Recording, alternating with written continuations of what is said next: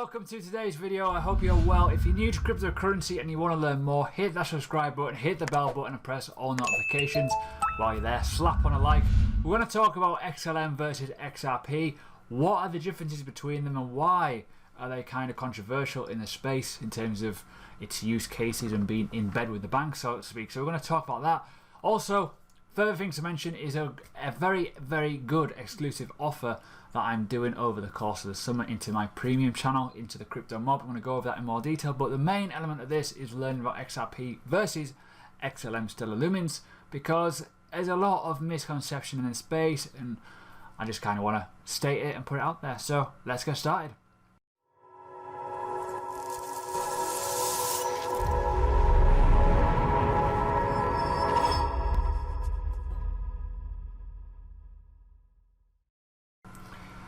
Right, so with this offer, okay, I have a company, Learning Crypto Limited, the Crypto Mob, essentially is the community side of it.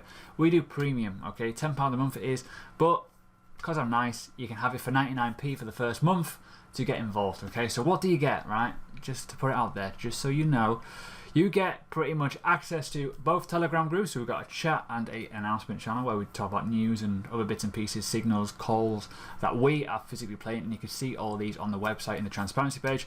Access to a full library, 30 hours of content, full education, weekly and fortnightly Zooms when we look to do them, so you can get involved in the live Zooms. Also fundamental analysis on altcoins, live trading is also within that as well. But most importantly, you also get to be a part of the one-on-one support. So you can get one-on-one support, but in terms of how it looks, you get all this.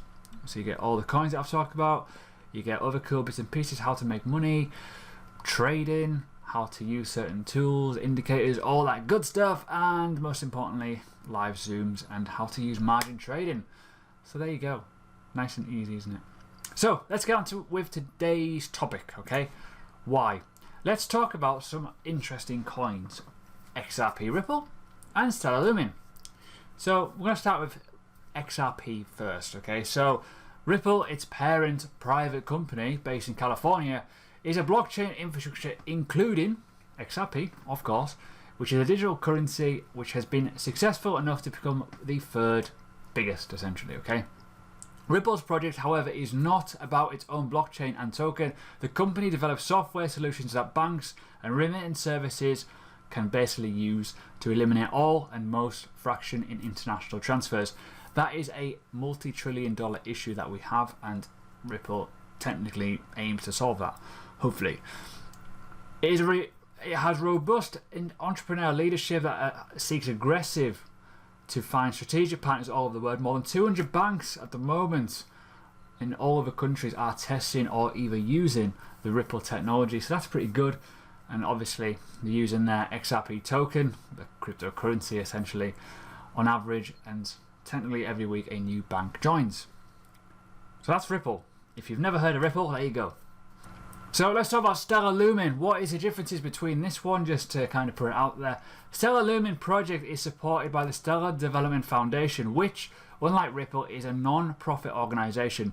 The project's currency is called Lumen, XLM, and it's been around since 2014. Its primary purpose nowadays, like Ripple, is to facilitate cross-border payments, okay? Which is a big multi-trillion-dollar issue. As I mentioned, it is scandalous at how much fees are used and taken away from the user and the sender, essentially, for doing something relatively straightforward. Stellar also seeks to recruit as many users, for its payment technology, but it is relatively new compared to Ripple. It's got a lot less years on the board, and it's been a bit slower in strategic partnerships, but they also have IBM on board. So let's talk about the rivalry. This is kind of a big element where it starts off straight away, okay?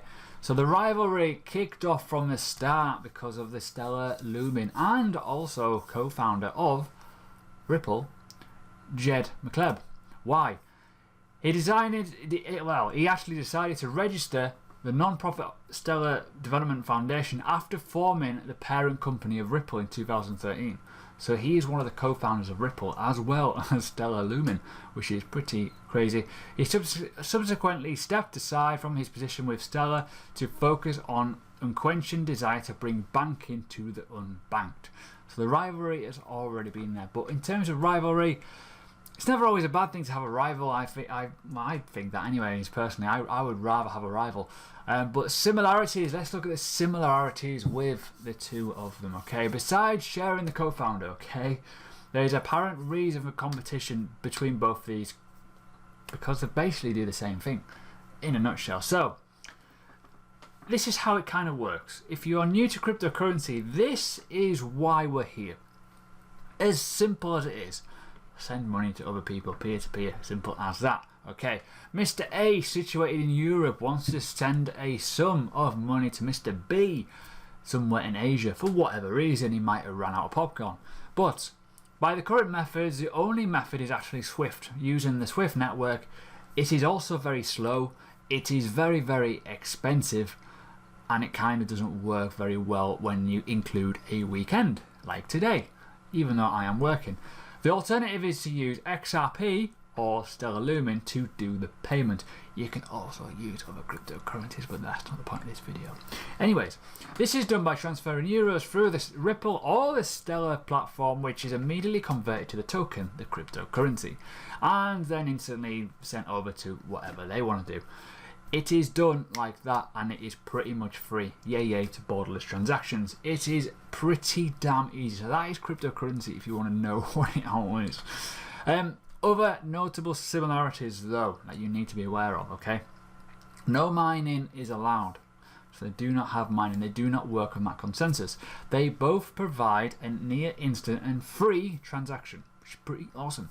They both use a distributed ledger technology, DLT, and also they have an excellent rate for international transfer, so they're both brilliant for it. So they can both do it at the same rate, same speed, whatever country, doesn't really matter. And it also has a bit of a control in circulating supply, but we're going to come on to that in a bit because that is where the de-inflationary models come in, which is quite good. Now, the differences, okay, I'm going to list each one. Okay, so Ripple.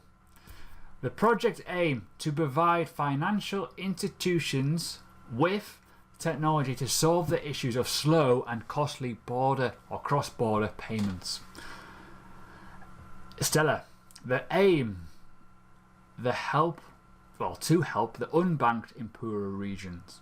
So what does this mean? This is if you're in the likes of Africa or the poorer states of Asia, where it's quite expensive to receive and or send money. Stellar aims to solve that. The consensus model for Ripple. Proof of correctness. Bit different than the proof of work and proof of stake. Consensus model for Stellar. Stellar consensus protocol. The supply. De-inflationary for Ripple. This is really good. I like this more than anything ever in any cryptocurrency. This is what I look for. Basically, more users it has, the more fees and transaction fees it will burn.